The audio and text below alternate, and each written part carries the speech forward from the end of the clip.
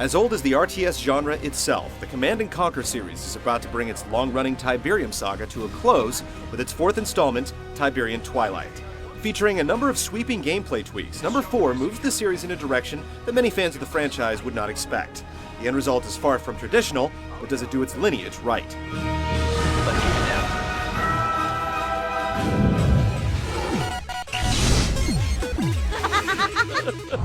I raised you to triumph. I guided you every step of the way. It seems that even after 3 brutally fought wars, the crisis over Tiberium hasn't gotten any better. In fact, it's gotten a lot worse. The alien mineral continues to spread at an uncontrollable rate, and before long the planet is looking at complete global saturation.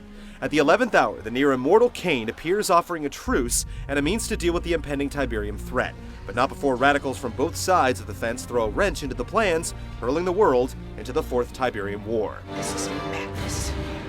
As the strong but silent protagonist, you'll witness the last thread in the Tiberium saga unravel through high-tech full-motion video.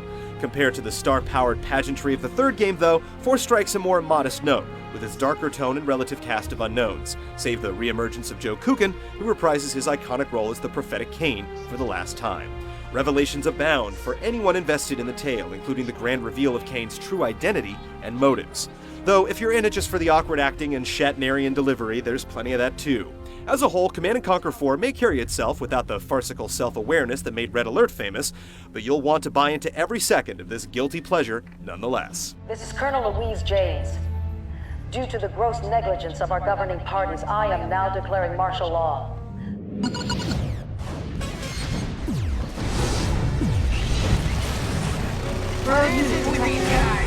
Enemy units sighted. True to form, Command & Conquer 4 sticks to convention. Expect a standard selection of solo, skirmish, and multiplayer modes. You'll tackle campaigns from NOD and GDI in equal measure, though the newly added Scrin race from Part 3 is conspicuously missing this time around. The missions themselves won't particularly surprise you. There are convoys to be escorted, forces to be destroyed, and points to be defended as the game tugs you along with its carefully scripted events. At a glance, Tiberian Twilight does what many installments have done in the past, but where the game goes from there turns everything you've come to know about the series on its head. Advanced electronic video agent online. For one, base building is dead.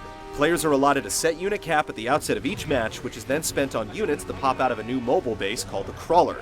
Rallying a full-grown army is possible within minutes of deploying onto the battlefield, lending to a significantly faster and more unit-focused playing style than in past games. Comparisons to newer, more streamlined RTS games like World in Conflict and Company of Heroes are certainly founded. Command & Conquer 4 makes some commendable efforts at making the game more accessible, but there are some obvious ramifications for RTS veterans with a particular taste for macro management. Things like structures, harvesters, and tech trees are a thing of the past. The only resource farming to speak of comes in form of crystals that can be spent on a spreadsheet of upgrades. Accuracy boost done. We've got our range boost setting up. Some may view Command & Conquer 4's various gambits as sacrilege, but in truth, the game still enjoys a lot of tactical depth and strategy. Careful micro and counter unit response is still the crux of every heated engagement.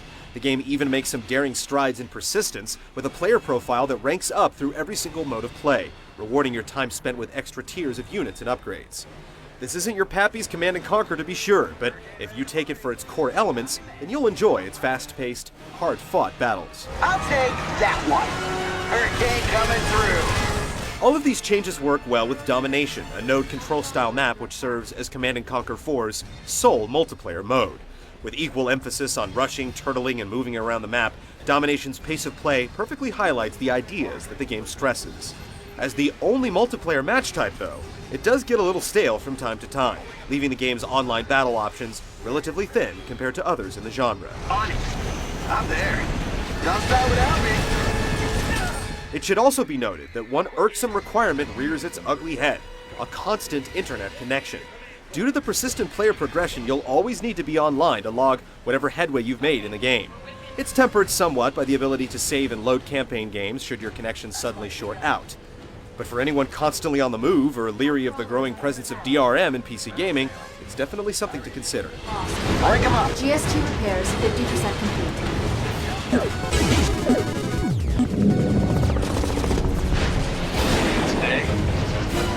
Today you will be judged. If there's one thing that's particular about the RTS, it's the rigidity. Players live and die by their build order, paying the price or reaping the rewards from a decisive action made multiple steps in the past. Command & Conquer 4 forces no such concerns. A legitimate regiment of forces can be amassed in a flash, owing to the game's pared-down take on base and army building through the single mobile entity known as the Crawler. The rub here is that you get to pick between 3 different crawlers to use in battle, one catered for offense, another defense, and one for support, offering the game's majority of aerial units. It's between these 3 specialties that the vast gamut of GDI and Nod forces are distributed, with classics like the Nod Scorpion tank and Raiders to newly refurnished units like the gargantuan GDI Mastodon. Essentially, you're granted access to 6 different armies in all, along with each individual crawler's respective abilities. Players who roll with defense can lay down bunkers for units to huddle up in, while support users can call in suppressive airstrikes to rain hell on the opposition. Partnering up online with contrasting specialties brings some interesting tactics in battle, and the fact that the destruction of a crawler isn't necessarily the end moves the game past the fatalistic nature of the genre. You can redeploy a new crawler to sub in for a decommissioned or destroyed one. It definitely takes some readjusting, but once you get a handle on the game's twist on the formula, the charm and versatility of its blazing pace and use of crawlers definitely begins to reveal itself. Burrowed unit detected.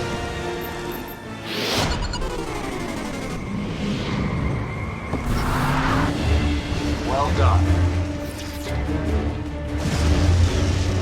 Technically speaking, Command & Conquer 4 isn't far removed from the 3rd game in the series released in 2007, but the game still holds up pretty well with its futuristic visuals and presentation.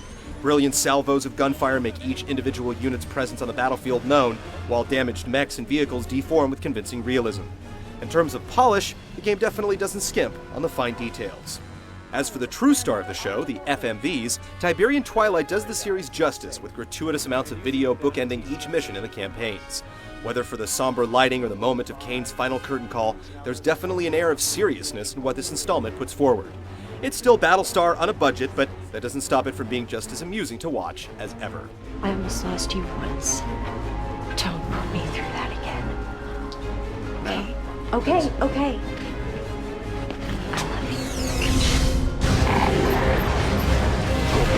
We're at your disposal. Command & Conquer 4 benefits from some genuine effort toward advancing the ever-evolving state of the RTS. But as the last installment in such a storied series, its departures may prove to be a bit too bold for some.